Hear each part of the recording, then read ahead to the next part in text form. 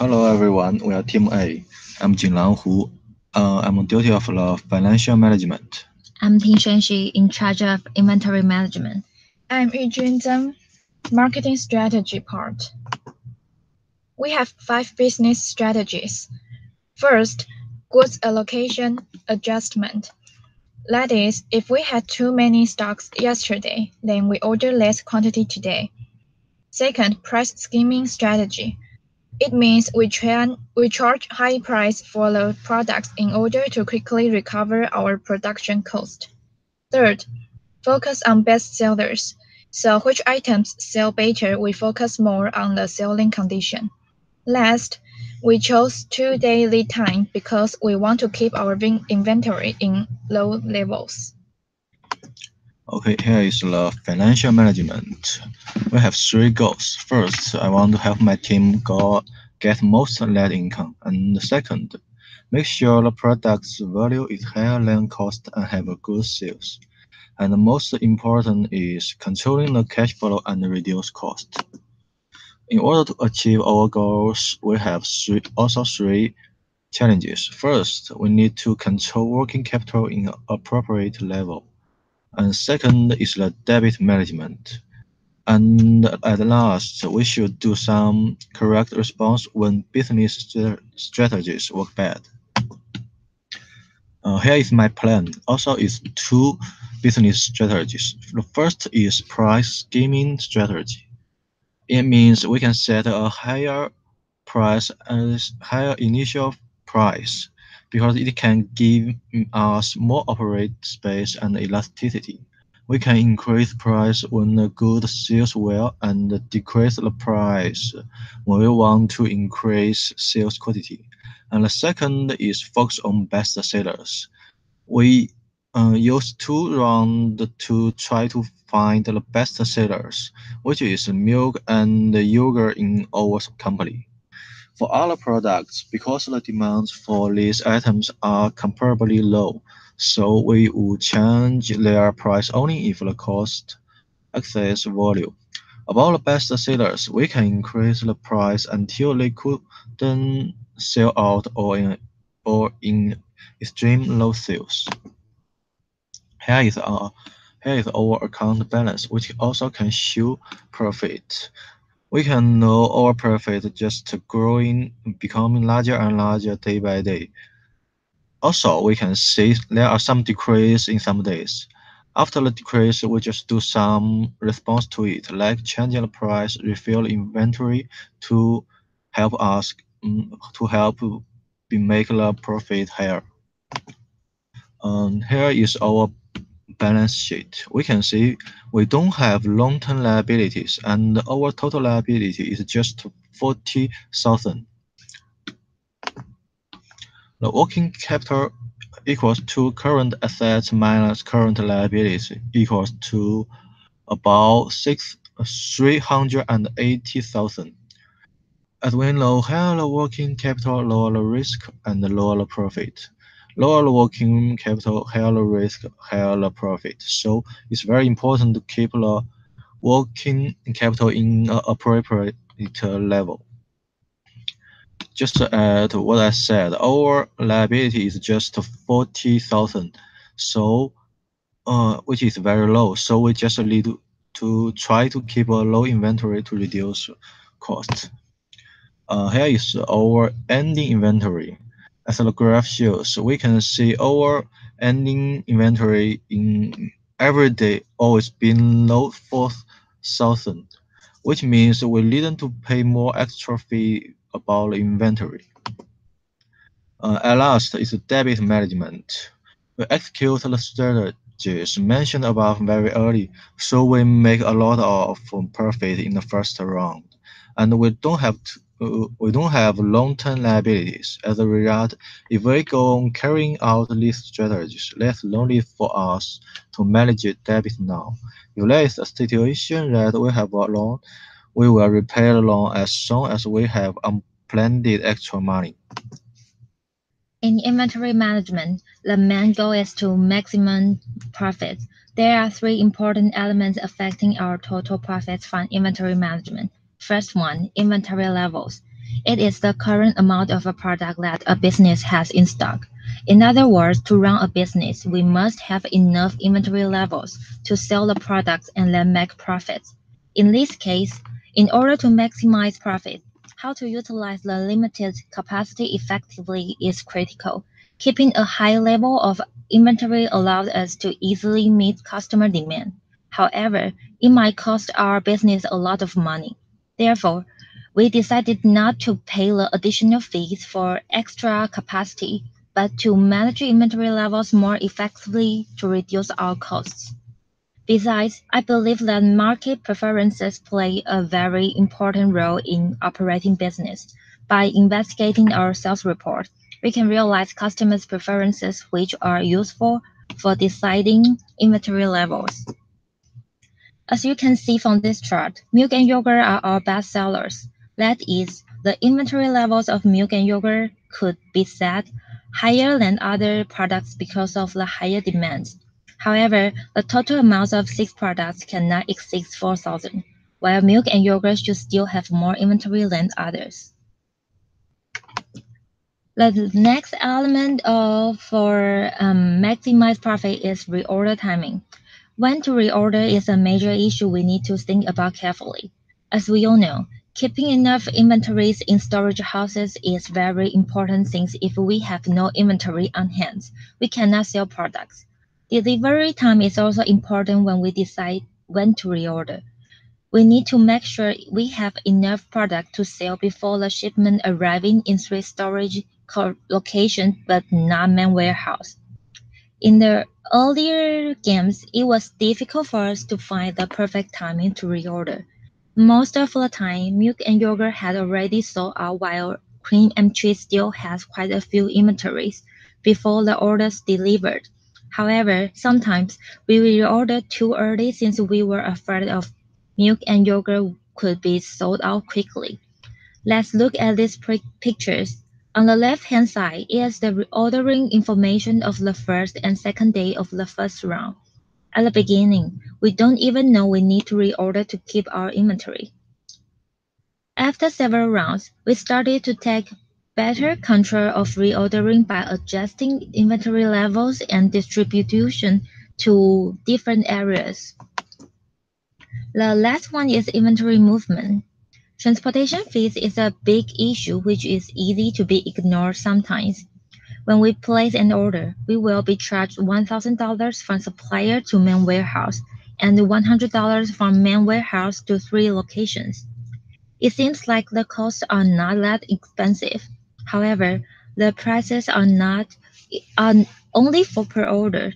If we order too frequently, just because afraid of running out of inventory, then the transportation fees would become a huge expenditure. In order to maximize profits, increasing the cost is absolutely not helpful.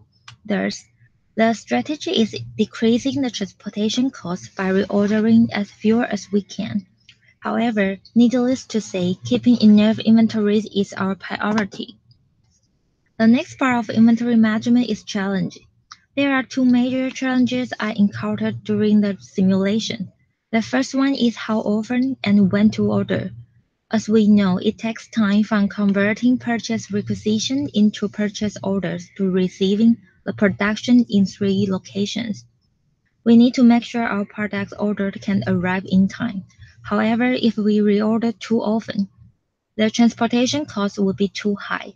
Therefore, it is an important decision and tough challenge to achieve a balance. The other challenge for me is inventory allocation for 3 storage locations. According to sales data, we can see some products may be sold well in one storage house, but not in others. If we can allocate them properly to different areas, maybe we can make our orders more effective, thereby reducing the costs. However, forecasting is a big problem. It's always wrong. That is why I think inventory allocation is also a challenge. The last part is plan and strategy. Here are 6 important points for doing better operation in inventory management. First and second, demand forecasting and goods allocation. Although forecasting is never correct, We can see some trends from regional locations and decide the allocation. Third, make sure to rerun MRP system for calculate requirements every time before purchasing. Next, creating purchase orders timely because running out of inventory is a serious problem. Last, checking inventory report frequently and also tracking purchase order. Make sure the products we order arrive as we expect. In marketing strategy respect, we have two goals. First, decide the most suitable amount of each product we wish to send in each region. Second, decide the best price of each product. And there are two challenges: how to distribute the amount of each product in each region. And the second one is the price of each product should be different based on the market condition in different rounds. So how to adjust is a challenge. And we have some plans. First, I can know the selling condition through checking the inventory report or being told by our team member who is responsible for inventory management. After knowing all stock levels, we can analyze the market preferences in these three regions. Then I can decide which product we should maintain more in which region. Next, after market analysis, we can know the selling condition. Apart from not making the selling price lower than the cost, increasing or decreasing the selling price is also important. For instance, if a product is selling too fast, that means the demand is large. Hence, I can keep increasing the selling price until the demand point meets the supply point. If I can do the adjustment well, we can make our net income closer to maximize value. Based on the chart of price and selling quantity, we can see that on day 1, the price of yogurt is 26.13. The selling quantity is about 288 units. On day 5, the price increased to 26.43. Then the selling quantity decreased to 112 units. On day 8, I decreased the price to 25.93, and then the selling quantity increased to 253 units. That is, according to our records, if the price is too high, though we can earn more per item, it will be difficult to sell. However, if the price is too low, the inventory will decrease too fast. So we need to make a decision that whether we want to earn less per unit but sell more items, or we want to earn more per unit but sell less items. Hence, pricing is an important part of marketing strategy. In our records, I think that the best price of selling milk is about $30.9 per unit. Cream is about $76.6. Yogurt is about $32.3. Cheese is about $86.6. Butter is about $63.6. And ice cream is about $50.2. The reason why I think these prices are the best is that we can earn a lot per unit and the selling condition is good. I believe if I price these products within the price range, we can maximize our profit. We can learn about the market preferences by analyzing the speed of inventory decreasing and the selling quantity. Our records show that milk, yogurt, and ice cream are the most popular items. Hence, we decided the following amount of inventory: 1,000 units of milk, 300 units of cream, 1,000 units of yogurt, 300 units of cheese, 500 units of butter, and 900 units of ice cream. If we don't prepare enough inventory, we will get lost because we don't have enough products to sell. On the other hand, if we prepare too many inventory, we will have too many stocks, and that is also a kind of cost. As a result, we purchase more products that sell better. The amount of stocks that should be transferred to North, West, and South is also significant. After several rounds, we find that each product has its best market. Based on the selling condition, I allocate the following transfers. Take milk for example.